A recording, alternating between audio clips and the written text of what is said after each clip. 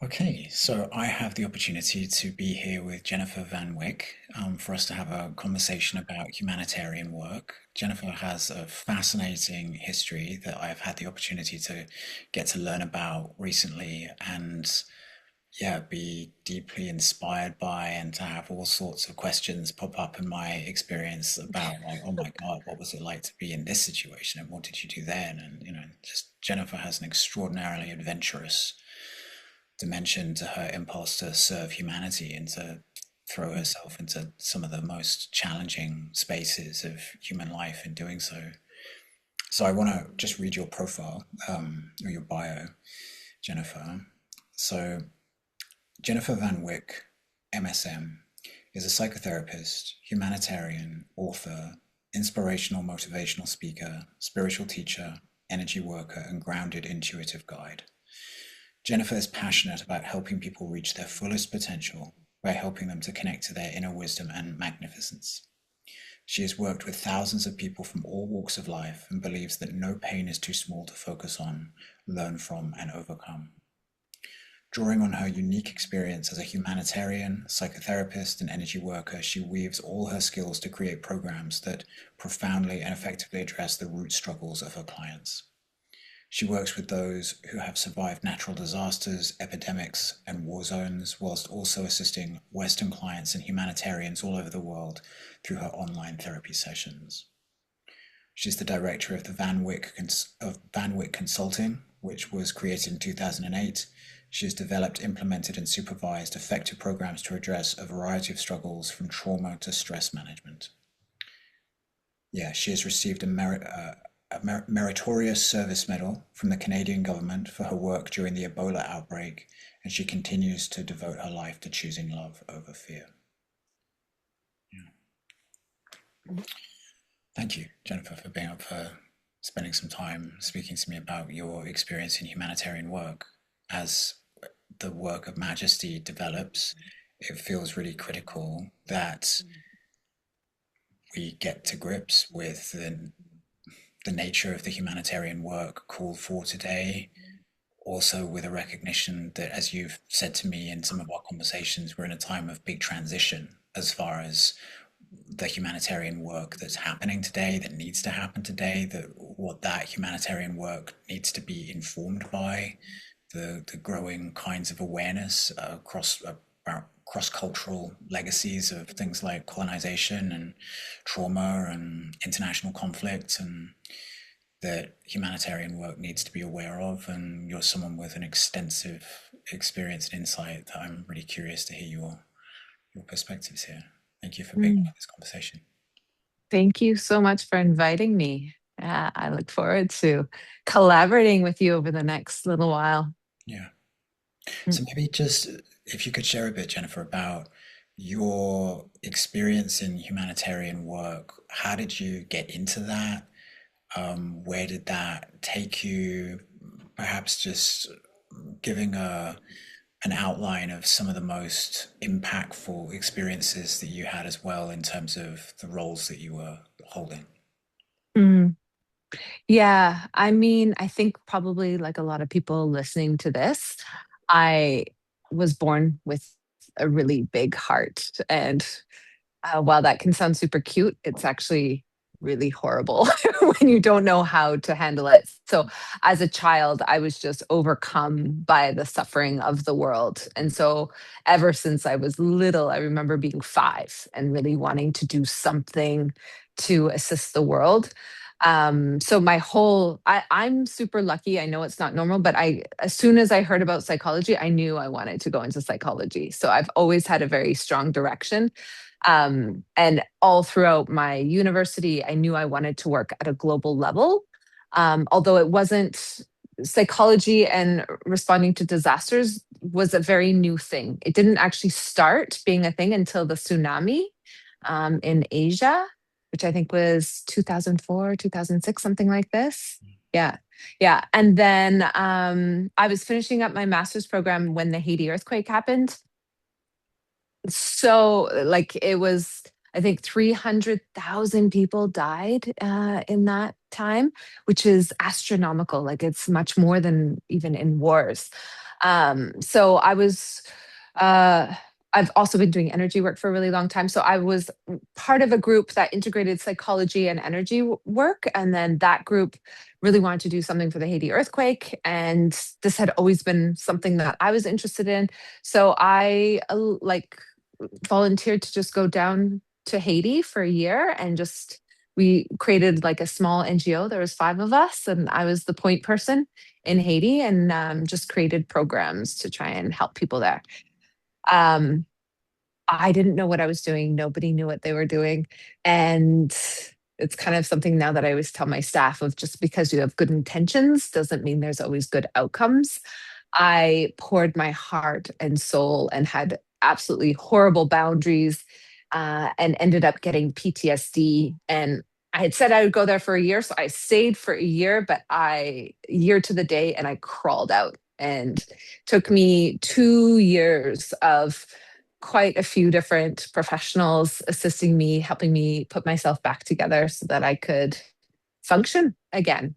But it was such like I'm so grateful for that because it taught me such like the importance of having healthy boundaries and the importance of yeah, how to assist but not get lost or drown in that assistance. Um yeah, since then I would say the main probably big moments. Ebola was horrible because everybody in the world hated you. Like in Sierra Leone, I was in West Africa. People, I was working for the Red Cross, and people were throwing stones at our cars because they thought white people brought Ebola. And then if I'd leave, nobody wanted anyone from an Ebola country to come, which I understand, although there was so much misinformation. So that was really hard to just feel hated by everybody. Um, but I think the most pivotal moment for me was going into Syria.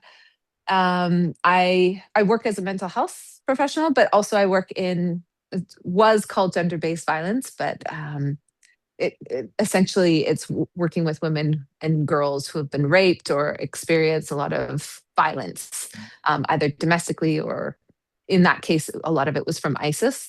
Um, and I remember going in and being so scared because I'm a white woman and I'm a Western white woman working essentially for women's rights. And often, every time I go somewhere, of course, people who love me are trying to prevent me from going because they love me. And so I was kind of getting it from all sides. And I was scared because I'm not afraid of dying per se, but I am afraid of pain, and that kind of death would have been a long, painful one.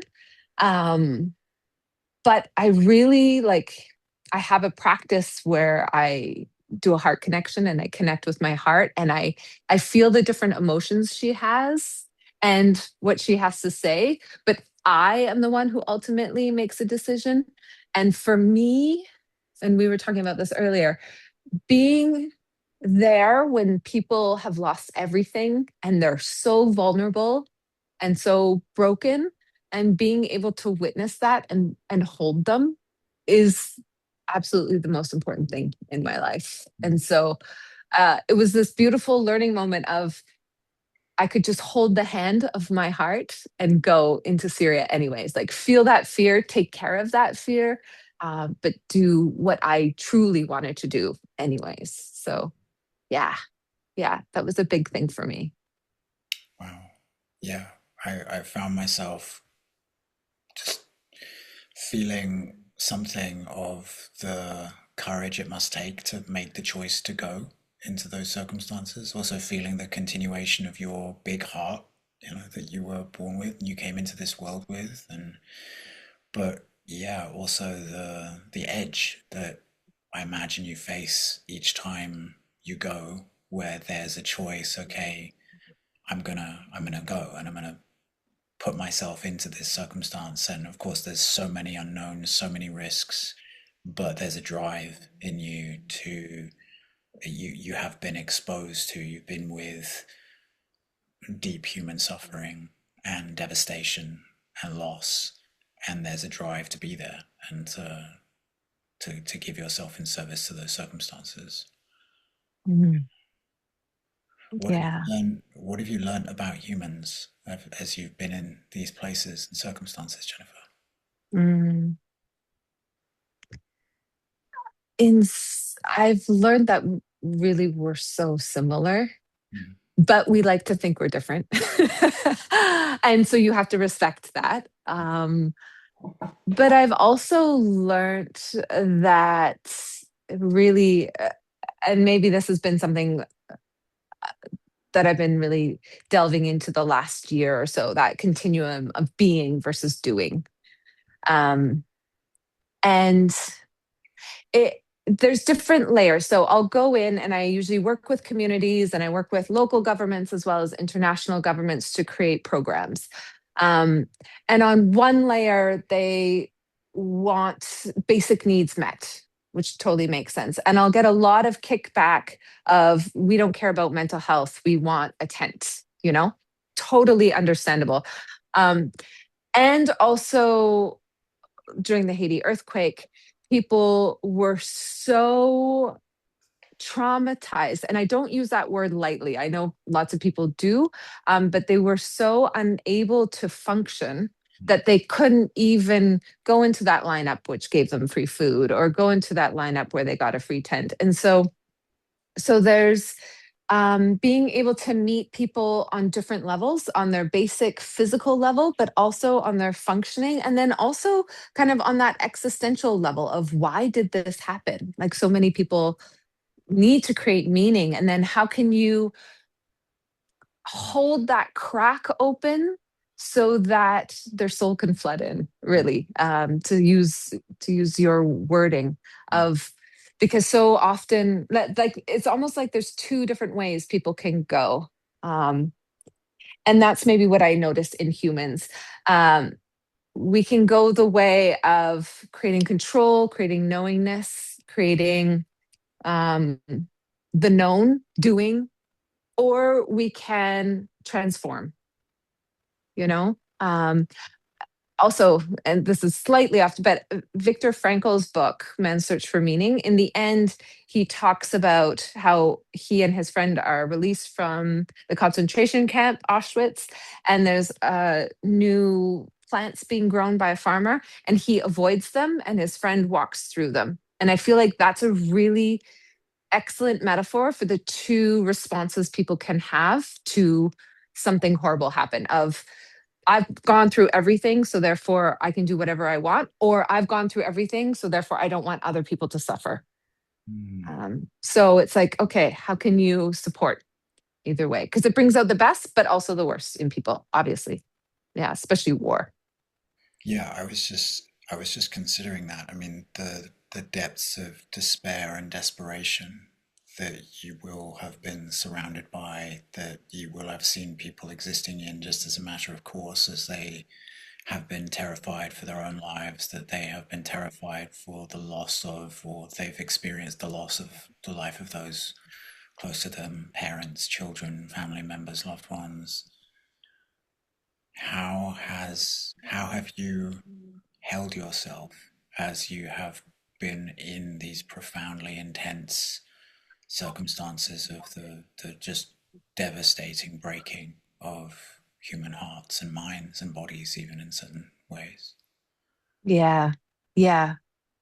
Um, it's hard to be able, because I often have like hundreds of staff, and it's hard to be able to explain the profound change of just holding people in their brokenness. Mm, Like, and that's where I'm talking about the different levels of, yes, people need shelter, but also they just need you to be there, like really be there and hold them, and not need them to be anything, not need them to change, yeah. but just hold them in that devastation. But that is probably one of the most difficult things, because you feel inadequate, So then you also have to hold your own inadequacies Mm, at not being able to change the situation, or, yeah. yeah. And I want to follow up on the thing that you said around in so many ways we are the same, and we like to think that we're different.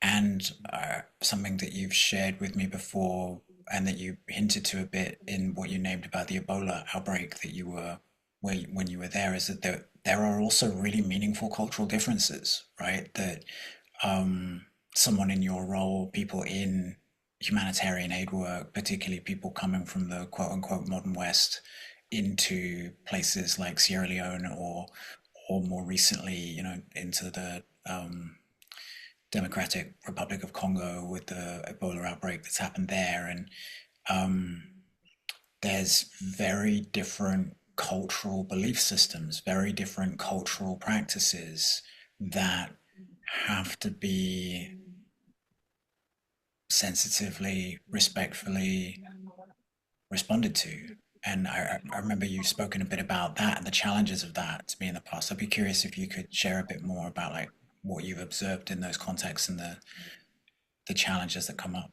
there. Yeah. Yeah. So even using the Ebola example, and I'll share some of the things that happened during that time for sure. But during Ebola, people like my staff, national staff, were like, "Oh yeah, people just aren't educated. That's why there's all these conspiracy theories." Because of course there were so many, and it was really fascinating to see the exact same thing happen during COVID. Mm, Like we think, especially in the humanitarian sphere, and of course, like on that level of survival, education is 100% important, blah blah. Like there's things that are quantifiably absolutely important. um and there's also, like, yeah, we underneath that, we want to be able to explain what happens so that we can control it from not happening in the future, yeah, you know or we want to be able to have an answer, so therefore we can control. And I think that is so human, yeah, right? But yeah, in West Africa, it's the birthplace of voodoo, right, and black magic. So, I worked very closely with a lot of different witch doctors in tons of different communities. There was a huge problem of Western organizations, medical organizations coming in. Someone would have Ebola. They call that hotline. The MSF, Red Cross, whatever, comes in, takes that person, takes them to a specific hospital because it's so contagious if someone has Ebola. But the great thing about Ebola is you're only contagious once you have symptoms. So you can always tell. So it's more preventable than COVID. But if you get it, it's 70, at that time, it was a 70% chance fatality of death. So most of the people that would come or get taken away in an ambulance would never come back. And though there was so many people dying, and we had to incinerate the bodies, and then they thought about zombies. It was, but there wasn't enough time, or there wasn't thought, maybe enough priority of communicating with those communities what happened to that person. yeah, So that created a ton of distrust because these ambulances would come and then that person would never be seen again from right, their perspective. right. And then what they really felt, they thought the ambulances were evil. They thought the chlorine that we had to spray people down to clean, because that's what kills the virus. They thought that was like evil spirits. So they thought even the phone operator, like if you talked on the phone, you could get cursed. So we had to actually I brought a lot of community leaders or witch doctors through that process so that they could see what the ambulance was. They could see what chlorine was. We took them to the call center so that they could see the people on the other line of the call center so that there could be some trust there. Additionally, why it spread so quickly was because a lot of especially in the Muslim communities, Sierra Leone's a beautiful example of how Christian and Muslim communities really live and work together with absolutely zero problem. There's no issues in that regard that I knew of at the time. Um, but the tradition was when someone dies, the whole community washes them.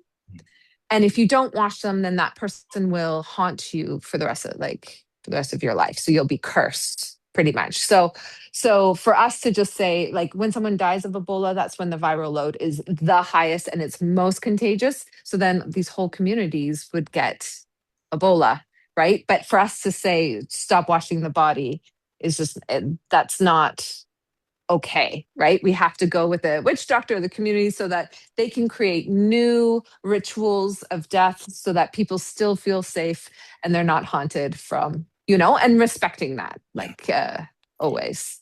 that's a So, fascinating example of, the kind of the cultural, respectful workaround, right? That is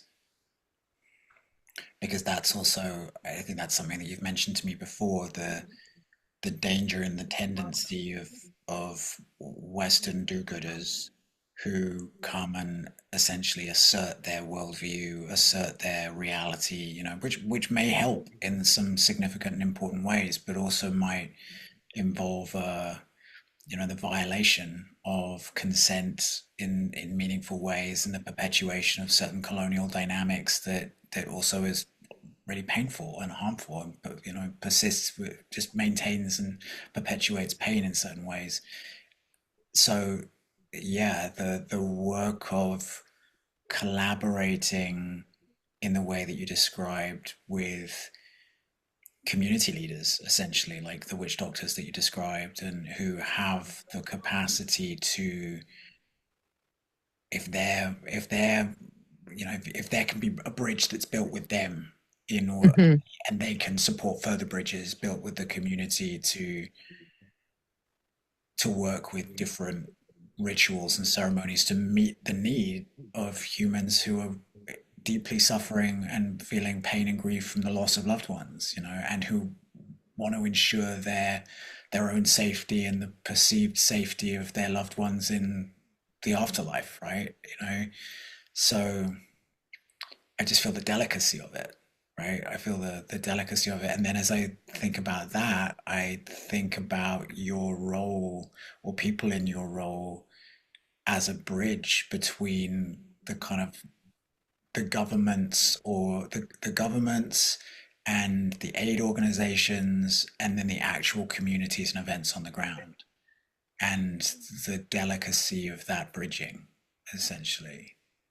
and it's even more delicate because sometimes the community leaders don't have the best interests of everybody Right, in the community. right, So you have to suss that out. And then you also have to suss out and like get to the most vulnerable people, is what we call them. And those most vulnerable people are often those with mental health, or those with physical difficulties, challenges, elderly women, girls, children, right? And those are often the most difficult to even access. mm, And then you also have like, and this is what I really struggle with because I've worked in a number of different wars for many years, like probably I guess 8 years in total. I've lived in war zones. mm, I've worked in epidemics, earthquakes, blah blah blah, and so I have a certain knowledge of what is useful, or maybe what are some universal struggles, yeah, and other like these communities don't necessarily have that knowledge, like, or there's not certain levels of awareness, and so where do you yeah, and how? And that's something that's really difficult, right? Because, for example, like during ISIS, I had like my staff kind of go to door because obviously I don't speak Arabic, and they would just ask like, how are the women in this household? What do they need? And people would laugh at them and slam the door in their face. That's when we first entered, you know?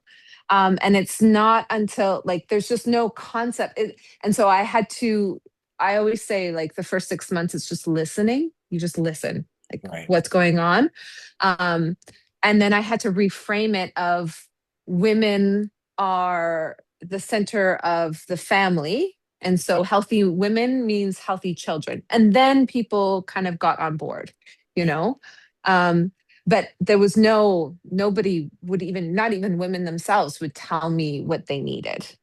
There was no concept of that, you know? And so, yeah, it's tricky. Yeah, I mean, this is something that I find fascinating as well because it's there are ways that we really are so deeply the same cross-culturally, and there's ways that I find it fascinating that human beings from different places or different walks of life really can be operating through such different worldviews, such different frames, such different value systems. And of course, those value systems can be found in so many parts of the world, right?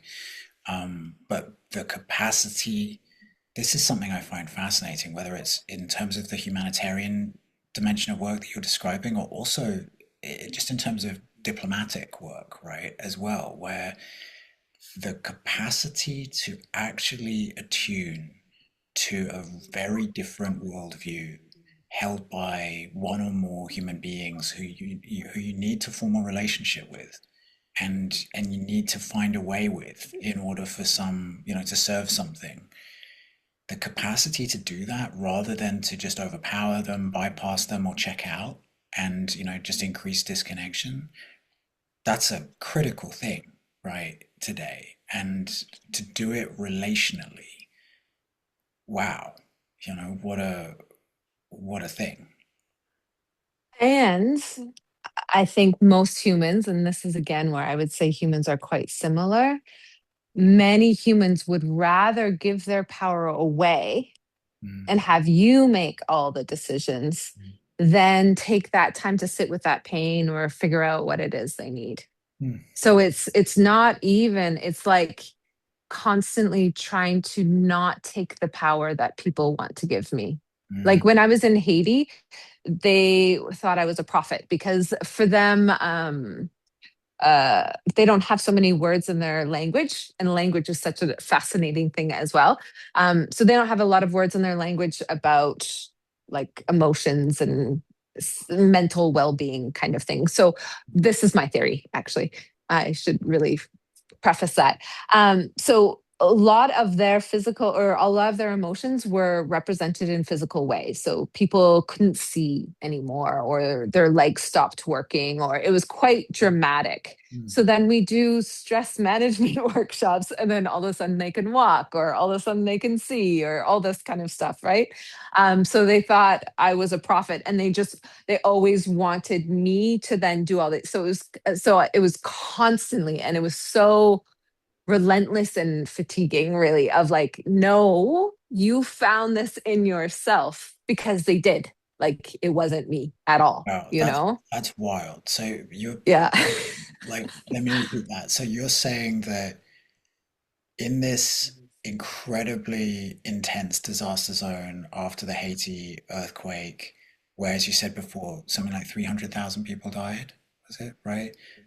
There was such an intensity of trauma that people were having that was manifesting through physical ailments and physical symptoms. Like suddenly people can't see, they can't walk, it's just pouring through their body, right? The trauma. But we know this connection already. This happens in the Western world as Right, well. right, right. Yeah. But they Yeah. didn't. But they didn't know Yeah. the connection. No. And so Yeah. because you're then implementing what are kind of standard non woo woo, non No, it was pretty woo woo. how was it? It was still but kind of woo woo. but I mean, it was like meditations and visualizations. So it Okay, depends on okay. I mean, what's there's woo woo. still there's Yeah. still some Yeah. good space there for we're not in ultimate woo woo zone, but Yeah. reasonably standard, at least in our kind of increasingly Yeah. progressive health space interventions that were effective. And because they were effective, suddenly people started being able to walk again, see again, and then they think you're a prophet, basically. Mhm. Yeah. Wow. And then you have to navigate that projection as you continue to try and serve that circumstance. So that I'm not disempowering them, So that you're right? not disempowering them, but you're also remaining effective, right? You're also Yeah. getting things done. Ish, but also because so my problem is I have a lot of like Ray one, I can really go in. Oh, one of my staff in Ukraine told me that I'm really good at stabbing people in the heart. And I took it as such this amazing compliment because I can be with someone and then I know exactly. what they're struggling with, and I can hold that, right? Mm, Um, but it's that delicacy of, if I'm taking too much control, mm. then it's no longer them. Yeah. But people also need to be held. Yeah. And they need help sometimes. They need someone to give them advice and like point them this way or that way, in certain circumstances. We try, as mental health, you try, like, that's rule number one, never give advice. But Mm. yes, like, there's still that holding, there's still that reflection, and there's still helping them come to some sort of solution for themselves. Got it. Yeah. So as you attune to the yeah, where we are in terms of humanitarian work today, the dismantling of USAID, um, the consequences of that. I think I've seen a few things recently online where I can't remember exactly what it was, but there was some very kind of charged and controversial moments where certain members of the Trump administration, I think, were being heavily grilled around the degree to which they were willing to acknowledge the number of deaths that are now the downstream, basically, Mm, of the choices that have been made and the relative levels of. Oh, that was to do with there was this tweet exchange between Elon Musk and someone else. I can't remember who it was, and Elon Musk was refusing to acknowledge this. And it's a hugely charged field around the dismantling of these very large humanitarian aid systems and the perception of their various levels of corruption or just massive waste through to other people who are aware, like, oh my God, these people were saving vast numbers of lives as part of something good that actually the US was doing in the world. And I'm curious how you hold all of this. mm. Yeah, it's again complicated. I think I think the old humanitarian system did need to change. Mm, I think there was a lot of colonialism kind of embedded in it. There is corruption. Like, I know of, and like, it's unavoidable. If you have money, it's unavoidable, and it's always this tension between, um, how much proof are you demanding from people about how they spent the money, and how quickly are you able to support people.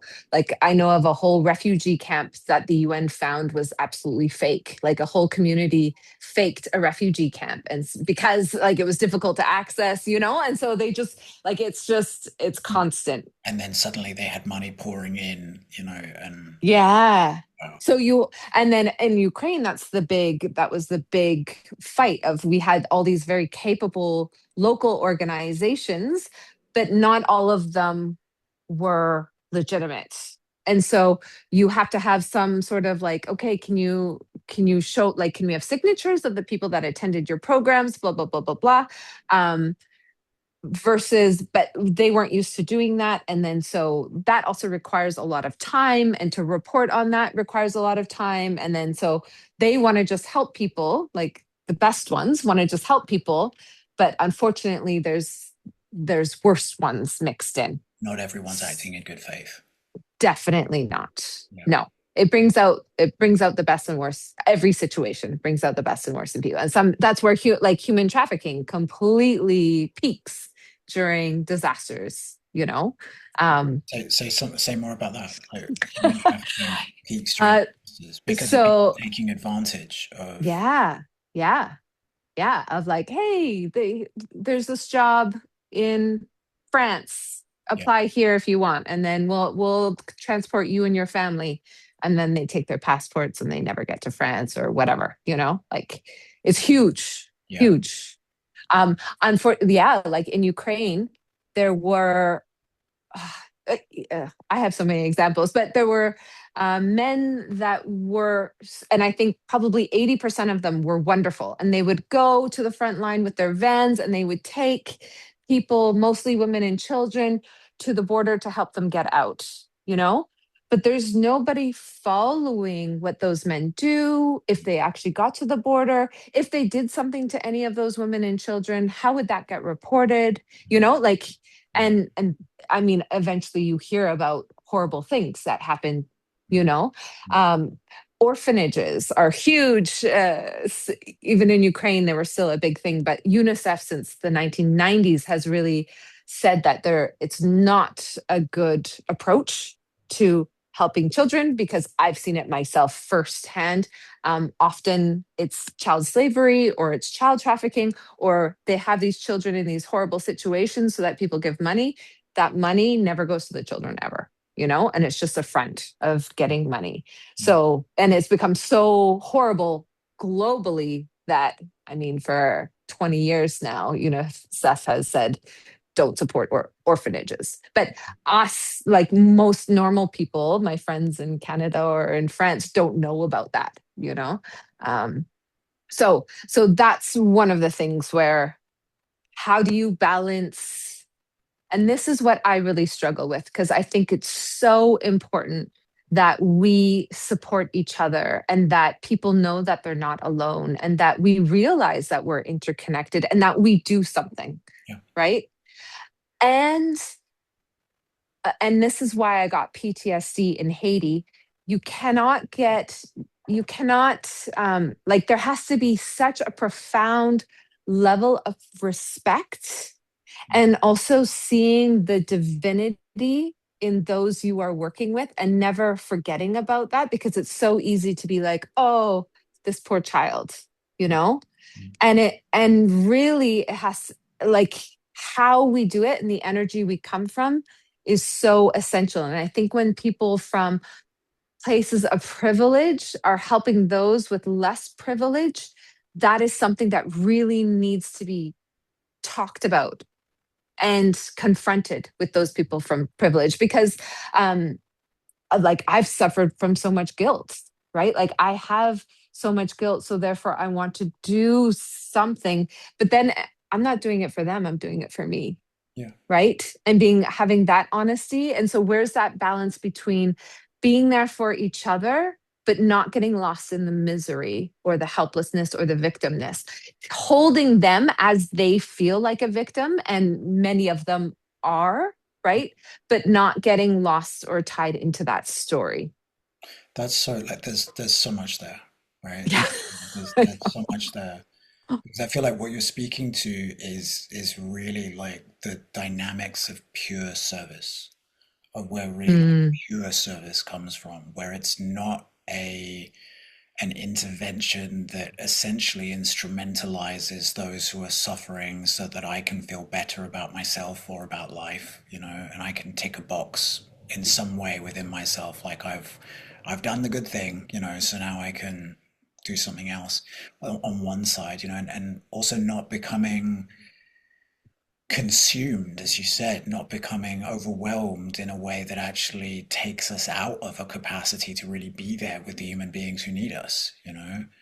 And then there's the other side of it, which is when you began speaking and you were speaking about the necessary changes in the humanitarian space, that the humanitarian aid space and system does need change. Something I thought immediately was, well, and I imagine that, when I hear members of the Trump administration speaking about the necessary changes to the humanitarian space, what I often miss is a deep sense of the heart, and what I get, I'm totally open to there being necessary systemic changes to navigate the challenges that you're speaking to, in terms of the reality that there's a huge amount of waste, that money is pouring into channels that, to people who are not good actors, and these systems are being taken advantage of, and that needs to be addressed.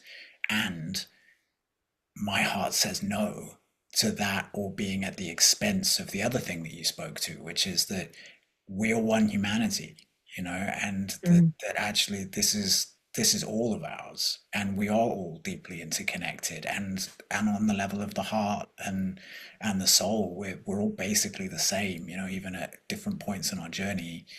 So yeah, I think, and probably you could say it like that, dynamic, that tension is really at the heart of the battle between the political left and the political right today, right? Where the perception of those on the right of the left is kind of bleeding heart liberals who are willing to pour endless money into channels that actually it's no one's watching where this is going, and people are, it's, well, where is it going? It's going to a fake refugee camp, actually, that, and there's people there who are just like licking their lips and like, great, like, yeah, keep feeling our pain, right?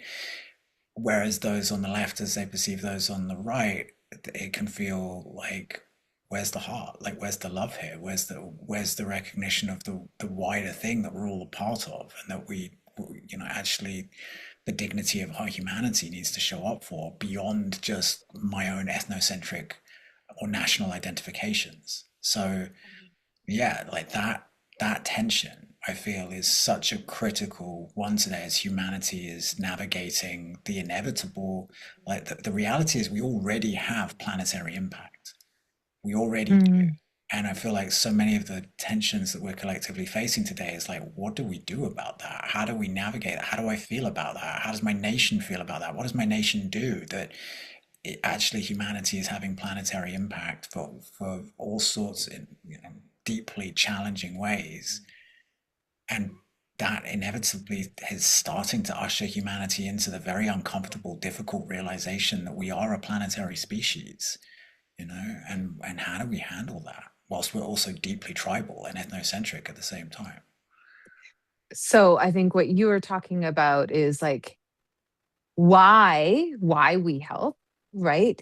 And then the next question is what is helpful, Right. And that's Yeah. it's a big question. you know What do you think is helpful, Jennifer? I think it's what we were talking about. I think it's and of course I'm so biased, and I see things through like I'm very energetic and psychologist. So for me, it's holding and witnessing. I think that I have seen the most transformation, even like so. For the last, I would say, 12 years, I'm not usually giving services directly to the community. I have a team, and then I take care of my team. Mm. But even like in Ukraine, when I can't speak the language and I just sit with that group, and you can have that certain energy, Yeah. like things shift. Yeah. And I can see it shift for them. I see it shift for myself, like it's a, yeah, I remember, so I collaborative. studied psychology at university, right? And I remember in one of our classes, we were told about something called the dodo effect. And Mm, like the dodo effect it was some experiment that was done where there was a comparison of different clinical approaches. One was psychoanalysis, one was a behavioral approach, I think, one was CBT, cognitive behavioral therapy, compared with, I think the control condition was literally just someone sat with the other person, having a cup of tea with them, and just listening, and it was like zero strategy clinically beyond that. And the dodo effect is that is at least equally effective as these other, kind of very well theoried and researched and drawn out, kind of clinical approaches. The power of human presence and yeah. connection in context where people are suffering is unmatched, basically. And holding, if you can, like, and I think that's the difference between drowning, like holding versus drowning, Yeah. of you can hold. Are you in a place where you can hold their pain or hold the horrible, like I have seen such horrible things that I don't like to talk about because I don't want to put it in people's minds. But like, can you hold that? Like when I was in Haiti, I had to change translators every 2 hours because they could not Mm. hold it, And so it's like, it's more than just presence. It's can you accept all of them without them needing to change? I think. I'm fascinated to hear your experience around that as well, because it's something which I have contemplated a lot over the years is like, what is the inner development needed in us to really be intimate with the realities of the world, And I remember I used to work with a man who, like, such a man of, he's a well-known expert on basically the entire global infrastructure of various crises. He's a professor at a very prestigious university. He's incredibly devoted, incredibly wise, incredibly intelligent, incredibly expert man in kind of multiple domains of human crisis that he can tell you about like that if you ask him. And I remember him sharing with a good friend of mine and he was like, guys, this weekend I decided to actually just try and let myself feel the world and to feel all of it and all of what's happening. He's a profoundly well-informed man. He knows what that means in detail, right?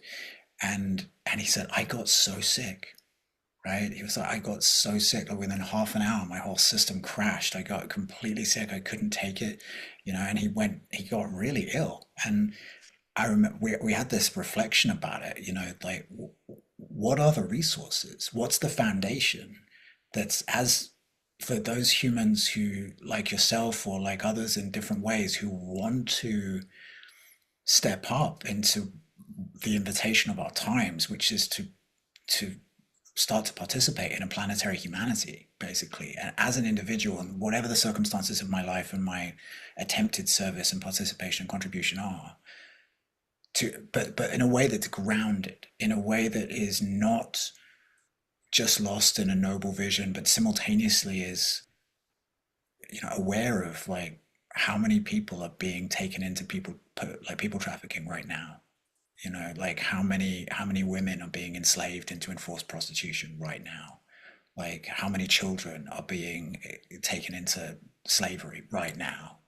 Like, and to be intimate with the dark realities of our world in a way that does not consume you, leave you with PTSD, take you down, but that simultaneously you don't have to bypass, deny, check out. How? Like, what's your experience of that, Jennifer, in terms of your own humanity being with the things that, as you say, like, yeah, I don't talk to many people about that because I don't want to put it in my mind. Yeah, I mean, I love this shit. I love it. Um, Step one, as you mentioned it, but I don't think in the same way. Grounding. Mm. It's fundamental. It's like when I in my private practice, it's the first thing I do with every. It's the one universal thing I will do with all of my clients. Is I have two different ways of grounding, which is the most effective for you, and then that's what we use then on. What are Maybe those two different approaches to grounding? I did my thesis on how quantum physics relates to psychotherapy, and through that created a theory of intention. And from there, it totally changed the way I did psychotherapy and thought of psychotherapy. And one of the main things was our imagination is super important and powerful, right? If you think about eating a lemon, even though you know you're not eating a lemon, something still starts to happen with your saliva, right? So why not? How can we use this to our advantage? So with grounding and with a lot of the techniques I use, it's all visualizations. Mm. So visualize, and whenever you do visualizations, it's great to have as many different senses involved. So see tree roots growing out of the bottom of your feet, connecting to the earth. Feel them, hear them, smell them, whatever it is, right? And so we do that. Also, only if people give me permission, and I'll always ask. And then with my clients, they'll kind of give me standing permission when we're in session, and then they can take that away anytime. But I'm able to tune in to people. So most of my clients I've never met nor even seen sometimes. But if they give me permission, I can tune into them, and then I can help them ground as well, or I can feel when they're not grounded. I can also feel what emotions they're having and where it's in their body without them having to say stuff. I don't know why. I just use it to be as most efficient. So often in the beginning, I help my clients ground so that they can really have that sensation. And then I help less and less, and then they do it more and more. So Tree root grounding is one. And then the other one is a cord attached to the bottom of your spine, and it goes to the very center of the earth Mm, where there's the heart of the earth. And then I find it really beautiful if you can imagine like the heart of the earth pulsing and your heart starting to pulse at the same time. I feel like that creates mm, a more profound connection between you and the earth. But really, there's thousands of ways to ground. There's no right way. It's mhm. just whatever is the most powerful for you, and it's creating a connection with the earth because none of us can do this alone. Yeah, Minimum, we need the earth. I think we also need more than that, but it depends on your worldview. yeah, So, yeah. yeah. So grounding. Grounding. That's number one, 102. Yeah, Number two is, and again, this is why I love psychology so much. Can you hold those parts of you in right. yourself? Yeah. Even, and if you don't want to think of parts of you, can you hold different emotions in yourself without judging them, without having to change them? Mm, Can you be angry and just feel that anger and hold it? mm, Halas. mm, Not like with no, and send it love, but really you cannot send that love with any sort of agenda. Because if you send it with an agenda, that anger will just be like, screw off, I don't want you. It mm, has to just be genuinely just love, hold whatever it is, mm, selfishness, mm, envy, mm, vengeance. It doesn't matter. mm. Happiness, joy, whatever. Like the more, and that's where it's another delicate balance. Everything's always that balance of there needs to be internal work and internal love and compassion for for you to be able to give it. I always say you can't give bananas unless you have bananas. And people always tell me, well, but when I love someone else, that helps me love myself better. Mm. But I would go deeper of like, why? Why? Why can't you love yourself unless you do something for someone else? Yeah. And can you love yourself even if you are a shit? And I think the third thing is I think some people are better at this than others. Mm, And it's some people's path and it's not other people's path. Like this is my path. I can hold evil. I can witness evil. It's not easy and there's still so much more growth in it, but that is one of my talents, one of my skills, you know? yeah. Um, That's what I whereas mean with it's like we're talking about evil here, right? Like in the capacity to look into the face of that and to be able to be continue, okay. yeah, to be able to Yeah. continue in our day, Yeah. Yeah. Yeah. Yeah. Yeah. Someone once accused me of being a psychopath because how could I just listen to people's problems all day? And it always makes me laugh. But for me, I feel like anyone, like for me to be able to see people, and that's why I love disasters so much, for me to see people as they are without any masks, without, I don't even care what they are, but to see that genuineness, that honesty, for me that's like the most priceless gift that someone could give me because the trust necessary for that.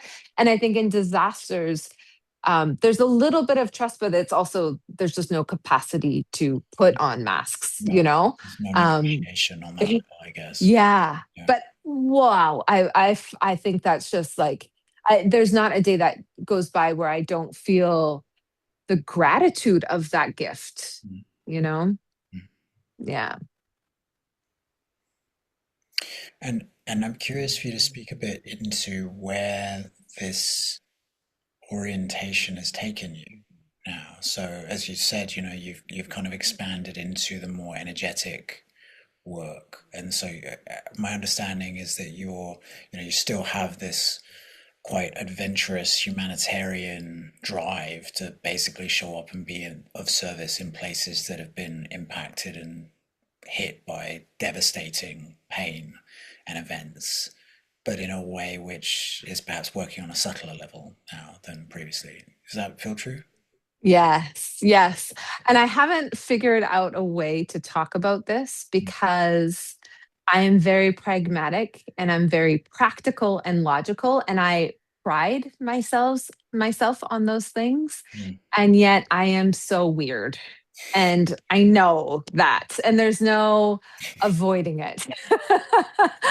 So, as you mentioned, like that, the humanitarian sphere is it's close to dead. Like it's the U.S. gave about 40% of international funding to assist in these disasters, including wars, and that's over. And then Europe gave more as well, but because they're putting more money into NATO, that comes directly from the humanity. So it's probably about 35% of what it used to be. So there's no jobs, there's no um also I have been saying, like, I do so much work to keep my heart open. And I think, and maybe you can speak to this, but it feels like it's almost after 15 years, 16 years, feels like it's no matter how much, like I meditate 2 hours a day, how much I physically keep my heart open. Like, I think there's a limit to how much suffering it feels like it feels like Feels fair it's enough. Yeah. it's harder to keep my heart open after like witnessing so much. Yes. So I'm not sure. I have a lot of difficulty giving up my humanitarian identity. Mm. So I would like to still keep it.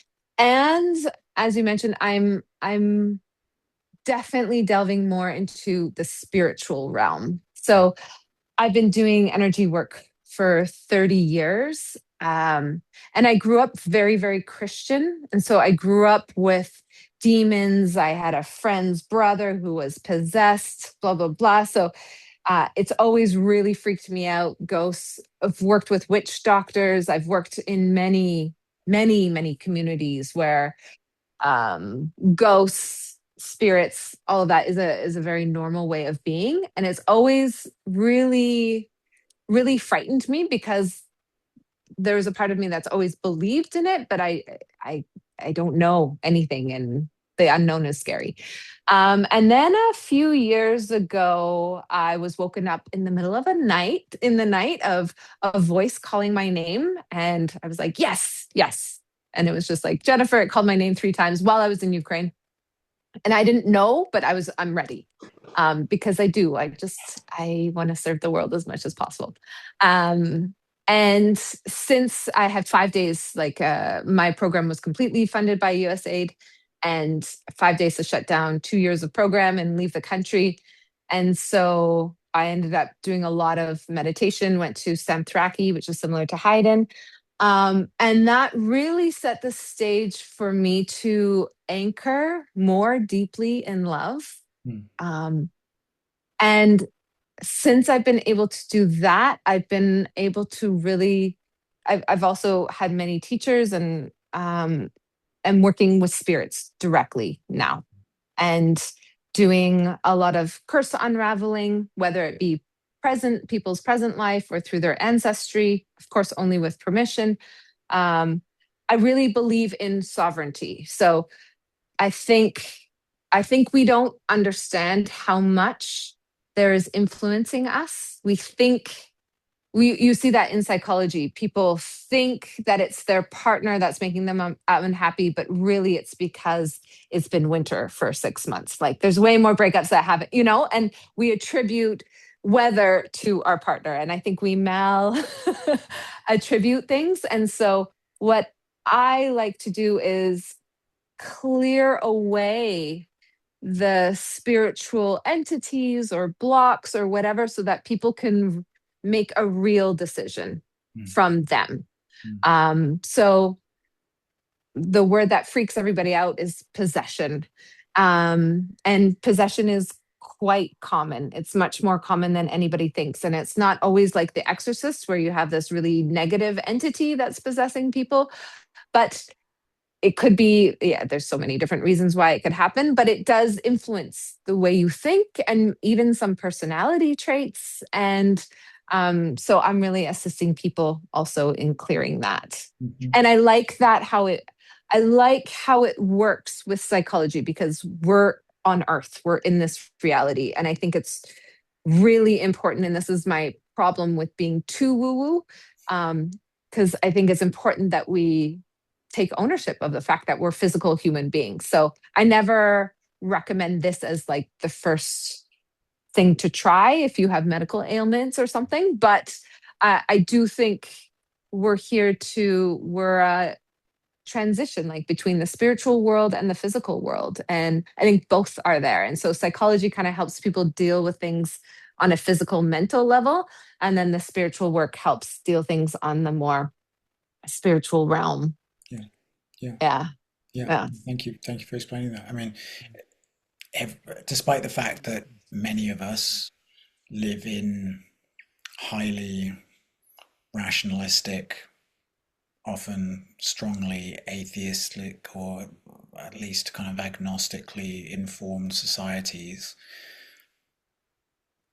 spiritual traditions for millennia have understood that human beings and reality has different levels to this thing, and that the physical level experience that we have is one of those, and that there's also subtler fields of non-sensory perceivable information, energy, process, lives, consciousness that's happening, that surrounds and pervades the physical domain. And the way Mm, I relate to this type of thing is like one can absolutely apply the kind of the scientific method to it, which is it's possible to do practices to develop the capacity to feel and sense these layers of life. And if you do the experiment and do the practices, then reliably people will start to have experiences where they connect to these things, and something I have sensed as well, just around the whole idea of like entities and so on, is that probably what we're talking about is an energetic level of reality in life, or one of many energetic levels, which is populated, which is populated by forms of energy and consciousness that are not perceivable by the five senses, but we now know that the amount of reality that our five senses can perceive is actually minuscule compared to what we know is there, right? So the fact that we can't perceive anything with our five senses has basically just been completely devastated as a reason why it might not exist, like 20 years ago. But yeah, like actually, despite the fact that it can, because it's an exotic topic and because it is beyond, by that I mean it's beyond our regular understanding, and it's taboo, and there's fear that surrounds it. The idea that there are forms of energy and consciousness that may be interacting with our bodies or with our behaviors, or and so on, it can feel scary. But it's probably, in my view, quite common, just as you're speaking to as well. And so then I find myself curious about, okay, well, what are the subtle energetic realities that pervade not just individual, but also collective challenges? Like where humanity is struggling with some stuff, or this, or within whatever our various brackets and groupings are, nations or cultures, or within particular periods of time, like what are the things that we're looping in collectively, or losing energy in, or stuck in, or where are there or where creating. creating, where are there traumatic events that have happened at particular points in time that parts of us haven't been able to leave, and are losing ourselves in still on some level, even if it seems like it's ticking along in the outer. So Mhm. Yeah, I was in Ukraine for the last 2 years, and every time I would like leave and come back, I could feel the guilt that was in the air. Like just felt it in the air, right, you yeah, know? Yeah. Yeah. And I mean, that's not a profound thing. I think lots of people talk about going to somewhere and feeling, you can yeah, feel something that's there, you know? yeah. I mean, but there's huge implications for this though. Like I remember when I was Mhm. traveling through Germany years ago, and I spent my first night in Dresden, and Dresden is a place that was completely destroyed in the Second World War, like completely destroyed.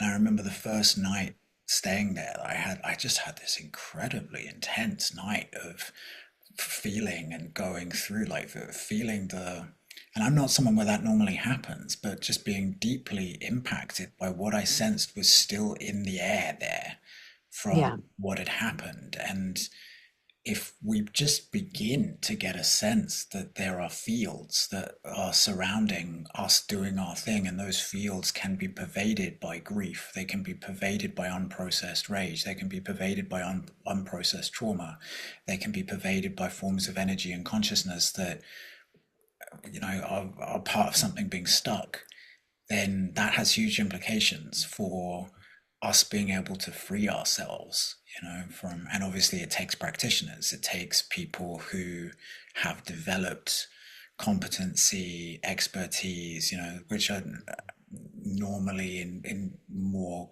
in certain societies that we've been describing, things like witch doctors or shamans or, people who have that's their function within the community, right? Months. And Yeah. right. So yeah, yeah, it's fascinating that you're going there. Mm, Yeah. Yeah. And that when I think, okay, so two things. On those big places, that's not something I could ever do alone. mm, Like, I think it's actually quite dangerous to mm, do it on your own. mm, There, mm. and that's a big lesson I have to learn, but I hope I'm also thinking lots of people in humanity have to learn of uh, before, like with capitalism and it was this take care of yourself. If I can take care of myself, then everybody takes care of themselves, then we'll be a functioning society. Whereas now I think we've got these problems that are too big for us. Yeah, And the beauty of that is it forces us to have to work with other people to yeah, be able to address that. So I think that's really beautiful. Um, the second thing is I think it's really similar as you were talking. It's also some like everything's just a fractal or a microcosm of a macrocosm. Because if you think of like really difficult childhood, right? There's certain things that will affect you in the present mm, about that, even though it doesn't exist anymore. yeah, And there's certain way, like there's a balance between acknowledging the pain that that childhood gave you yeah, and not also getting stuck there or giving that pain all the power to rule your life and dictate all yeah, your decisions, yeah, you know? And I think it's the same on the spiritual realm of we can acknowledge that yeah, there might be entities that are not very nice, and we don't have to give them all our power. We can take our power back and, mm, you know, mm, do what we can to make decisions with the most awareness as possible. yeah. And I Mm. also think like there's a necessary reckoning with this topic that is alive today as people like a lot of humanity is trying to understand the presence of evil in our world as well. Mm. It's trying to understand, there's I think we've been going through a collective reckoning around trauma, and that has a lot to go as we collectively recognize, oh my God, we are so collectively traumatized, and wow, this is impacting so much on an individual, cultural, community, collective, national, international level. Actually, just for us to begin to have an adult relationship to all the stuff that's happening, we need to absolutely integrate an understanding of trauma and its consequences.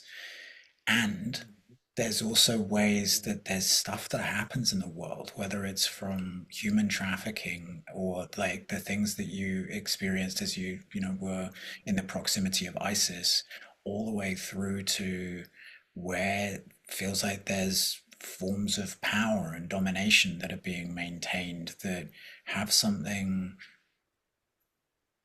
yeah, like malevolent, genuinely malevolent, that is operational there. Um, and obviously, it's a very tricky topic because we can bypass it, not want to go there.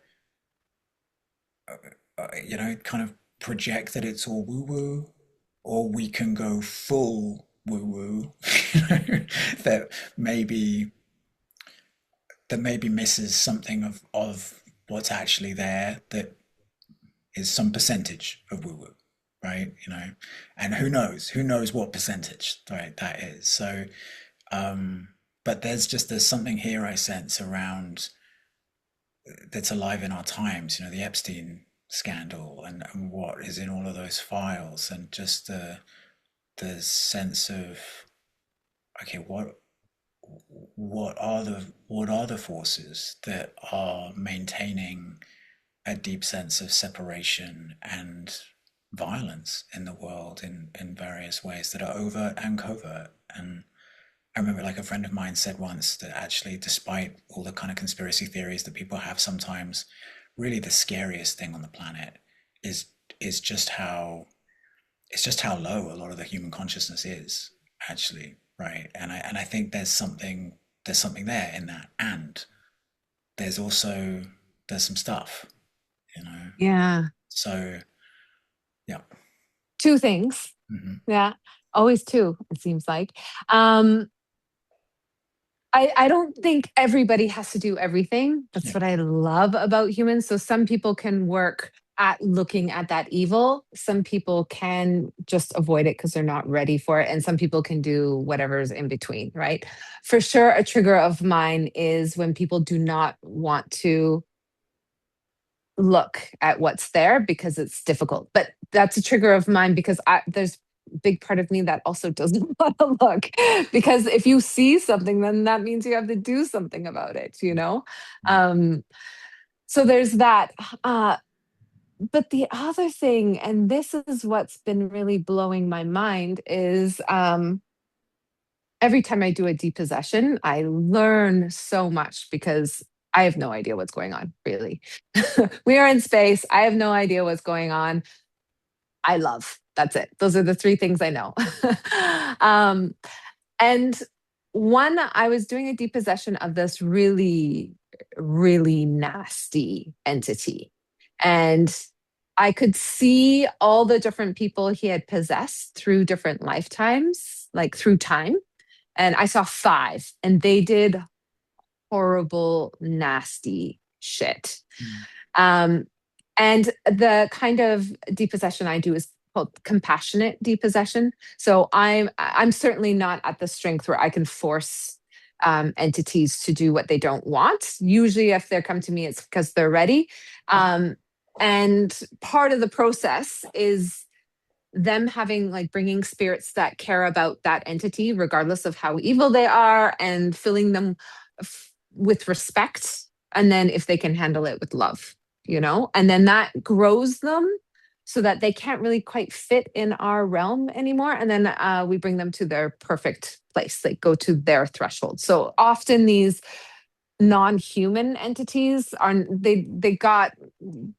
they're not supposed to be in this realm. Mm. So we help them get to their proper realm.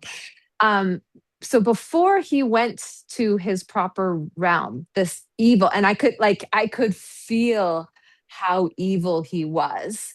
But one of these spirits who was good blessed him. Mm.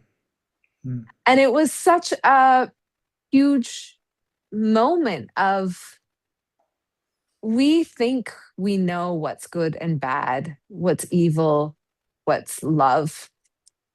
And I don't know. I don't know. Not to say that it's okay for Jeffrey Epstein to molest young girls and traffic them by any means. And I don't know the bigger picture of what happened and what's the domino things. Um, and so for me, I think my big lesson is to try and stay out of the judgment Mhm. and do what I can to assist, but without Trump is evil, blah blah blah. Elon Musk is whatever. Yeah. Like I think, like, Trump is a narcissist, but I don't say that as a. It's just It's a we value need to judgment. consider this. Yeah, Yeah. yeah. It's not a value judgment. Exactly. It's like, okay, how can we work with a narcissist? Let's flatter them. Like, I've had to work with a lot so that communities get services. Yeah. But yeah. Yeah, Does that make sense? yeah, absolutely. And I mean, with that example, I mean, Trump's a really good example of how look at the role he's playing, right? Look at what's been stirred up. Look at what has emerged for a necessary reckoning within humanity as the result of, the impact that a single individual has had is quite extraordinary, right? So yeah, I get it. I know what you're saying. Yeah. But it's a tricky one And because there's different levels, right? There's different levels yeah, of, like, there's a certain level where we can take a stand on actions that are more or less aligned with love, and if that's where we want to plant our flag as far as, essentially the evolutionary current of what's aligned with it or not. And there's wider contexts as well where, seeming like forces pushing the other way can actually produce a greater evolution in the longer arc, so and I think we have to be so vigilant, like vigilant, that I'm staying in that energy because I can flip out to bypassing, mm, of like, oh, no, it's okay that this person is suffering because it's for the greater good. Nah, like, yeah, no, no, no, no. yeah, And it's for me, I find the more I do this work, the more it's in the tiniest little bloody details, like I could yeah, do everything correctly, but if the energy I'm coming from just flips out for a second, yeah, just notice that and hold it. yeah. But it does. It does. I like that, Jennifer. I think that, for me, that has me feel safely on this side. That I'm safely still in the zone of woo woo that I can handle then, right? Because then I feel as long as we are still able to take a grounded stand, for Exactly. what, and without also absolutizing, our claim, right? But, just to the best alignment with the deepest dignity of my humanity and life that I have now, this is where I take my stand on what feels in true and in alignment with life and in alignment with love to me, and what doesn't, and without me polarizing on one side against a whole other group of people, but taking a stand for what is truly life-giving and what is loving.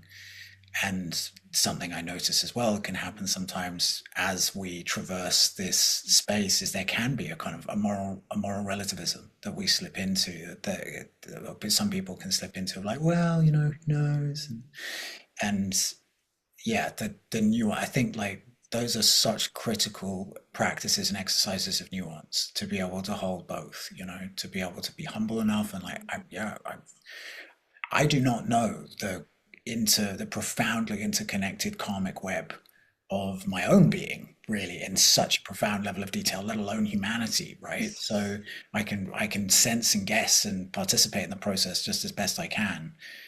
So yeah, there's a necessary humility in that, and and I also have to take a stand, So yeah, so I appreciate you and the nuance that you're speaking to there. Mm. Thank you, Jennifer. Thank you for sharing this time with me. I'm fine. Yeah, just the span of humanity that you inhabit, super inspiring. And I'm really grateful that I think you've offered to allow your wisdom to be drawn on by Majesty as we go forward in these various domains. Yeah, thank you so much. It's always so fun to just Mm. talk and be in your presence as well. Thank you for the work you're doing and the shift you're really trying to create. I have so much respect for that. Thank you. Yeah, Yeah. let's do it together. Yeah. Yeah. Yeah. All Thank, right. thank you.